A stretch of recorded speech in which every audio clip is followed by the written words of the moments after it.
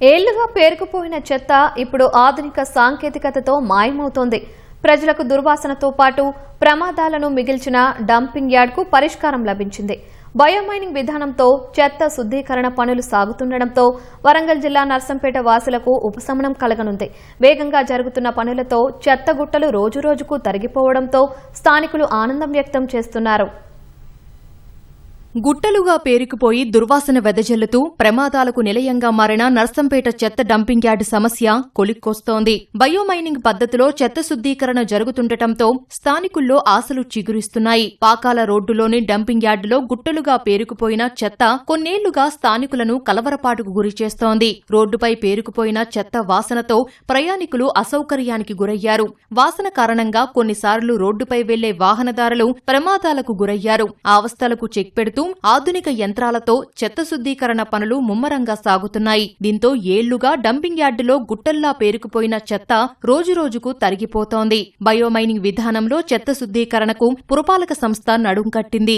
రాష్ట్ర సర్కార్ గత నవంబర్లో టెండర్ పిలువగా నిర్మల్కు చెందిన అన్నపూర్ణ కన్స్ట్రక్షన్ సంస్థ నర్సంపేట, వర్ధన్నపేట, పరకాల పురపాలికల్లో బయోమైనింగ్ పనులు దక్కించుకుంది. ప్రస్తుతం నర్సంపేటలో మాత్రమే చెత్త శుద్ధీకరణ పనులు నడుస్తున్నాయి.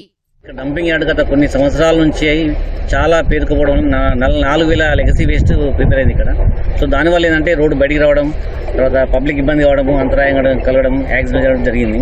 అయితే తెలంగాణ రాష్ట్ర ప్రభుత్వం CDMA ద్వారా, అంటే మా యొక్క commissioner of director and municipal administration ద్వారా ఈ యొక్క అన్నపూర్ణ ఇండస్ట్రీస్ అనేవారు 2020లో వీళ్ళు తీసుకోవడం జరిగింది. ఇది తర్వాత ఏంటంటే ఈ టెండర్ ప్రక్రియ అంతా అయిపోయిన తర్వాత ఈ మధ్య 15 రోజులు స్టార్ట్ చేసి, సో దీంట్లో లెగసీ వేస్ట్ ఏంటంటే దీంట్లో ప్లాస్టిక్ కవర్స్, తడి చెత్త ఉంది, కొన్ని బ్యాగ్స్, క్లాత్స్ ఉన్నాయి, అన్ని రకాల వేస్ట్ మెటీరియల్ దీంట్లో ఉండడం వల్ల ఇదంతా కూడా బయోమైనింగ్ ద్వారా, అంటే ఈ యొక్క కంపోస్ట్ ప్రిపేర్ అయ్యేదాన్ని మాత్రం ఎరువులకు వాడుకోవచ్చు, పబ్లిక్ వాడుకోవచ్చు, రైతులు వాడుకోవచ్చు.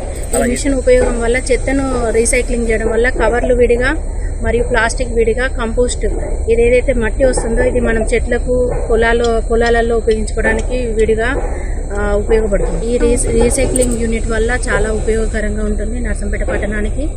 ఏదైతే చెత్త ఎప్పటికప్పుడు రీసైక్లింగ్ అవడం వల్ల ఎక్కువగా పేరుకుపోయే అవకాశం ఉండదు.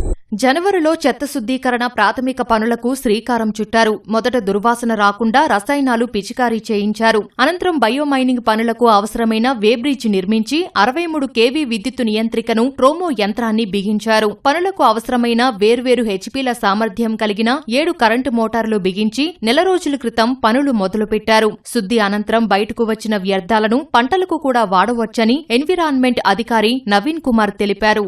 డైలీ ఒక 400 టన్స్ అనే లెగేసీ అక్కడ మాకున్న ఇచ్చిన లెగేసీ నుండి తీసుకొచ్చి పేమెంట్ ద్వారా మేము ఇక్కడ డంప్ చేసుకోవడం జరుగుతుంది. డంప్ చేసిన ఆ లెగేసీ వేస్ట్ని ఇక్కడ ఒక నెక్స్ట్ జెసిబి ద్వారా ఆ ప్లాంట్లో మన కన్వేర్ బెల్ట్ ద్వారా ప్రోమోల్లోకి ఎంటర్ అవుతుంది. ఆ ఎంటర్ అయిన దాన్ని మనకు 20 mm, 30 mm, 40 mm పర్టికులర్స్గా డివైడ్ చేసేసి 20 mm మినిమం 5 mm వరకు మనకు వచ్చేసి బయోసాయిల్ వేచరన్స్ ఉంది.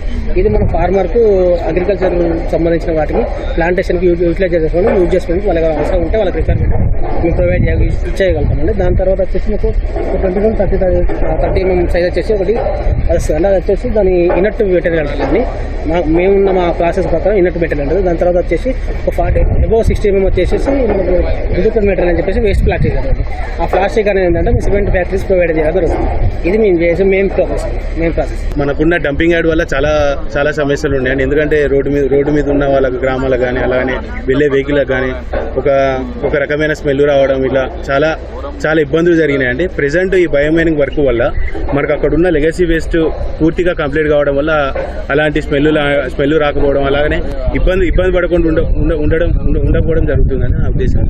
ఇబ్బంది లేకుండా ఉండడం, అట్నే ఎరువు కూడా పొలాలకు యూజ్ చేయొచ్చు, ఇంకా అందరూ కూడా ఫార్మర్స్ కూడా యూజ్ చేయొచ్చు అండి. దీనివల్ల చాలా ఉపయోగాలు ఉన్నాయండి. ఈజీగా ఒక 2 months అయితే ఈజీ కంప్లీట్ అవుతుంది. మళ్ళీ ఫ్రెష్ వేస్ట్ని మళ్ళీ బయోమైనింగ్ ద్వారా మళ్ళీ కంప్లీట్ చేస్తుంది. చెత్త సమస్యను పరిష్కరించడమే లక్ష్యంగా నెల రోజుల్లో శుద్ధీకరణ పూర్తి చేసేలా పనుల్లో వేగం పెంచామని పురపాలక సంఘం చైర్పర్సన్ పెంటెం శ్రీలక్ష్మి తెలిపారు.